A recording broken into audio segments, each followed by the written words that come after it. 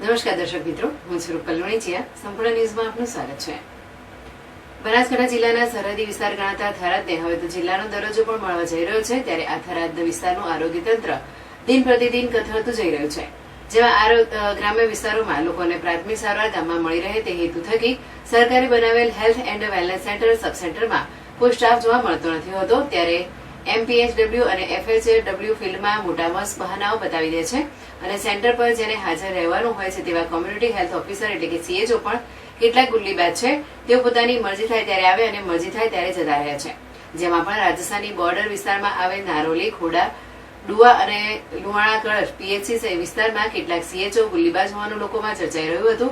ત્યારે ગત રોજ અમારી ટીમે નારોલી PHC વિસ્તારમાં સબ સેન્ટરોની મુલાકાત લીધી હતી તો ત્યાં એક પણ CHO હાજર મળ્યા ન હતા. બાદમાં ખોડા PHCના અમુક સેન્ટરોની મુલાકાત લીધી હતી તો ત્યાં પણ કોઈ CHO હાજર મળ્યા ન હતા. જોકે સરકારનો પગાર લઈ લટારો મારતા આવા લોકો સામે આરોગ્ય વિભાગના અધિકારીઓ ઓચિંતી વિઝિટ કરી તપાસ કરે તો આવા ગુલ્લીબાજોનો ભાંડો ફૂટે તેમ છે. જોકે MPHW અને FHWમાં પણ ફિલ્ડમાં મોટા મસ્ત બહાનાઓ બતાવીને છટકી જતા હોય છે.